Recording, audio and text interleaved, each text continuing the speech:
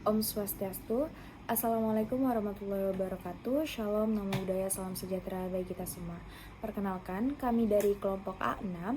Pada kesempatan kali ini, kami akan mempresentasikan tugas dari mata kuliah Ilmu Bedah Umum Veteriner.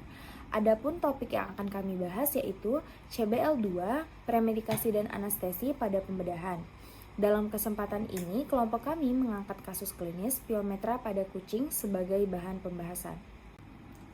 Adapun anggota kelompok dari A6 yang pertama, saya sendiri Devalina Zahra Jaswat dengan NIM akhir 001, Dewa Ayu Kania Paramita dengan NIM akhir 053, lalu ada Ida Ayu Gayatri Widiastiti dengan NIM akhir 059, selanjutnya IKD Bayu Krisna dengan NIM akhir 122, lalu ada Diva Putri Aurelia Syaifuddin dengan NIM akhir 142, dan ada Inyoman Agus Permana dengan NIM akhir 158, yang terakhir Made Cahya Puspitasari dengan NIM akhir 161.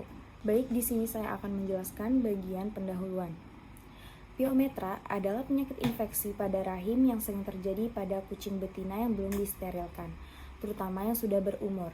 Penyakit ini terjadi karena adanya penumpukan nanah di dalam rahim akibat perubahan hormon dan infeksi bakteri, biasanya seperti E. coli.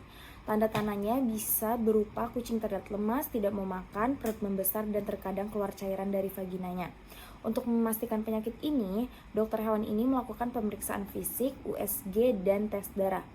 Pengobatan yang paling efektif adalah operasi pengangkatan rahim dan ovarium atau disebut ovariohysterektomi atau OHE.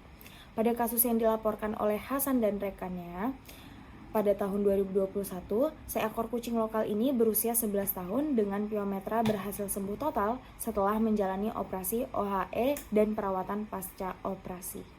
Yang selanjutnya mengenai sinyalemen, anamnesa dan hasil pemeriksaan fisik.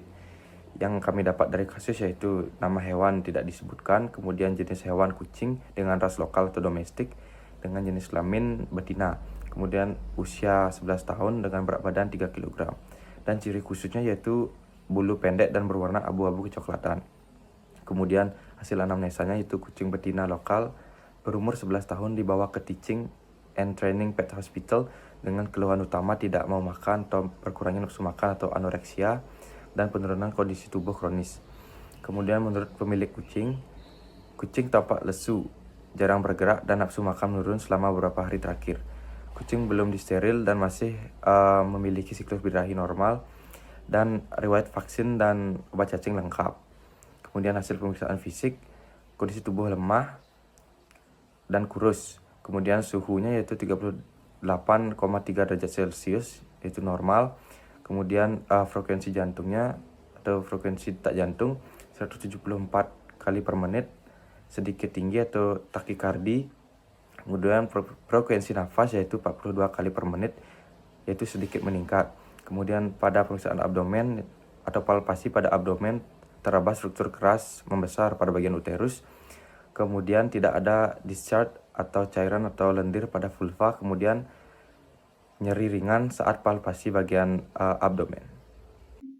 Setelah dilakukan pemeriksaan fisik, dilakukan pemeriksaan penunjang untuk memastikan diagnosis. Pemeriksaan penunjang yang dilakukan yakni pemeriksaan radiografi, ultrasonografi, dan juga tes darah.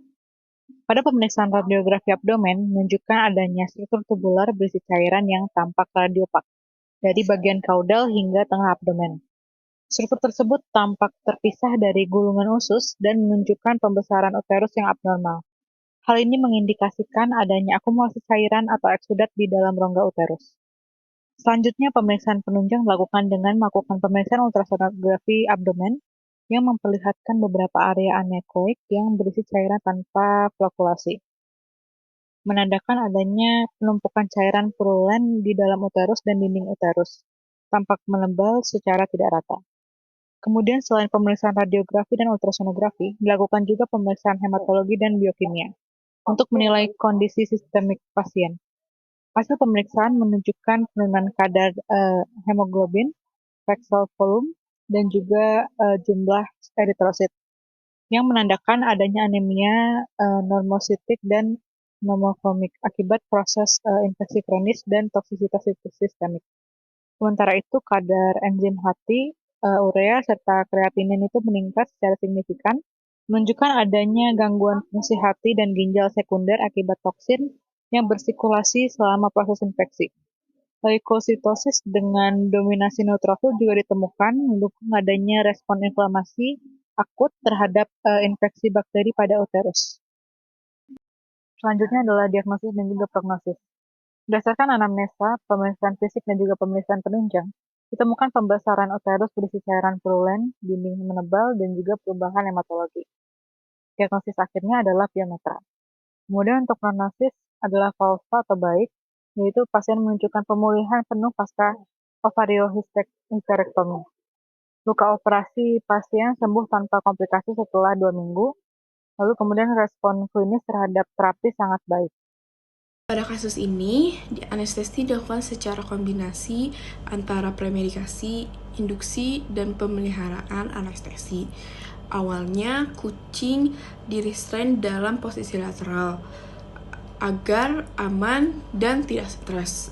Lalu diberikan atrofin sulfat, dosisnya 0,04 mg per kilo, dan dilakukan secara IM untuk menekan sekresi dan mencegah barikardia.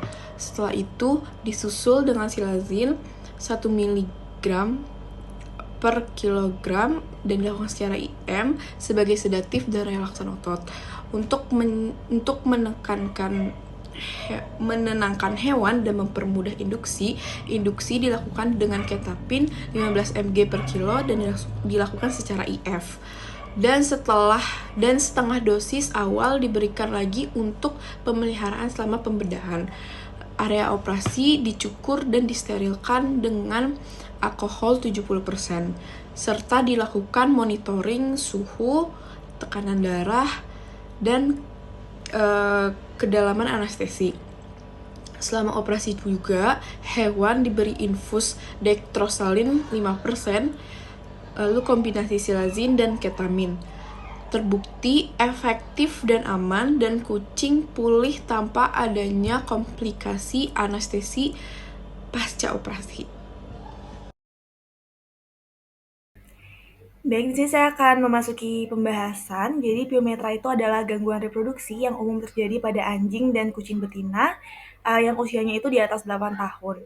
Piometra ini ditandai dengan adanya infeksi pada uterus yang bersifat akut dan kronis dengan akumulasi pus atau nanah di dalam uterus serta hiperplasia endometrium dan juga akumulasi eksudat yang kaya dengan neutrofil di lumen uterus.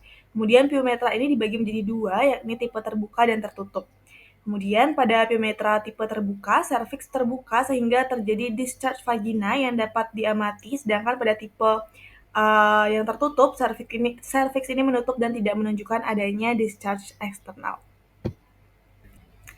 Kemudian berdasarkan laporan kasus yang kami angkat, terdapat seekor kucing betina berumur 11 tahun yang belum disterilkan, yang dibawa dengan keluhan anoreksia dan penurunan kondisi tubuh kronis. Kemudian ketika dilakukan palpasi abdomen, teraba struktur tubular keras dan membesar dari abdomen kaudal hingga pertengahan yang mengindikasikan pembesaran uterus, disertai reaksi nyeri ringan tanpa adanya discharge dari vulva yang mengindikasikan piometra tipe tertutup. Kemudian ketika dilakukan pemeriksaan radiografi abdomen, itu memperlihatkan struktur tubular radio opak berisi cairan yang memanjang dari kaudal hingga pertengahan abdomen, terpisah dari gulungan usus yang mengindikasikan pembesaran uterus abnormal akibat akumulasi cairan atau eksudat yang mengarah pada diagnosis piometra. Nah, pada kasus kucing yang mengalami piometra tertutup, memerlukan intervensi medis segera karena akumulasi nanah yang terperangkap ini dapat memicu sepsis sistemik dan berpotensi menyebabkan kematian. Mana hal ini juga terbukti dari hasil pemeriksaan darah yang menunjukkan peningkatan enzim pada hati, urea, dan kreatinin akibat toksisitas dari sistemik. Nah, terapi definitif dari piometra ini sendiri adalah ovariohisterektomi dengan protokol anestesi yang tepat, di mana sebagai premedikasinya, kucing mendapatkan injeksi atropin sulfat dengan dosis 0,04 mg per kilogram berat badan secara intramuskular. Untuk memberikan efek relaksasi ototnya, diberikan zilazin hidroklorida dengan dosis 1 mg per kilogram berat badan secara intramuskular. Dan pemberian anestesi umum menggunakan ketamin hidroklorida dengan dosis 15 mg per kilogram berat badan secara intravena yang bekerja memblokir reseptor NMDA sehingga menghambat transmisi nyeri, di mana kombinasi dari ketiga obat ini terbukti efektif menghasilkan kondisi hewan yang tenang, relaksasi otot yang baik, dan juga tidak menimbulkan muntah. Untuk manajemen pasca operasinya, kucing menerima terapi antibiotik berupa ceftriaxone dengan dosis 20 mg per kilogram berat badan melalui injeksi intramuskular 1 kali sehari setiap 7 hari.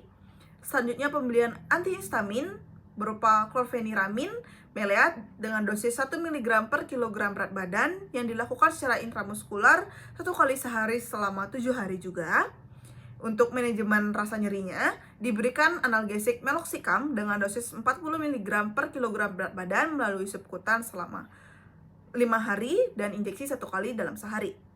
Nah, untuk pasien ini ditempatkan dalam kandang bersih dan diamati selama 7 hari. Nah, pasien ini sendiri menunjukkan pemulihan yang baik tanpa adanya komplikasi dengan luka operasi yang sembuh sempurna pada hari ke-14, dan pada saat jaringan diangkat pun terlihat bahwa lokasi bedah ini telah sembuh secara sempurna. Adapun simpulan pada kasus ini yaitu berdasarkan laporan kasus klinis biometra pada kucing betina lokal yang berusia 11 tahun, didiagnosis ditegakkan melalui kombinasi temuan klinis berupa anoreksia, emaciation, takikardia, dan pembesaran uterus pada palpasi, yang diperkuat oleh pemeriksaan radiografi, yaitu struktur tubular berisi cairan radio opak, dan ultrasonografi, yaitu temuan area anekoik berisi cairan dan penebalan dinding uterus, serta hasil hematologi dan biokimia yang menunjukkan adanya anemia, leukositosis, dominasi neutrofil, serta peningkatan enzim hati, urea, dan keratinin akibat toksisitas sistemik. Terapi definitif yang dilakukan adalah ovarium hysterektomi, diawali dengan premedikasi menggunakan atropin sulfat dan juga silasin hidroklorida, diikuti dengan induksi anestesi umum menggunakan ketamin hidroklorida. Pasca operasi, pasien diberikan antibiotik ceftriaxone dan antihistamin chlorpheniramine maleat dan analgesik meloxicam selama 5-7 hari, yang menghasilkan prognosis Fausta baik, ditandai dengan pemulihan nafsu makan dan aktivitas normal dalam beberapa hari, serta penyembuhan luka operasi yang sempurna dalam 14 hari tanpa komplikasi. Demikian presentasi dari kami, kelompok A6, mengenai premedikasi dan anestesi pada kasus biometra pada kucing. Semoga apa yang kami sampaikan dapat bermanfaat dan menambah wawasan kita semua. Kami dari kelompok A6 izin menutup presentasi. Kami ucapkan terima kasih.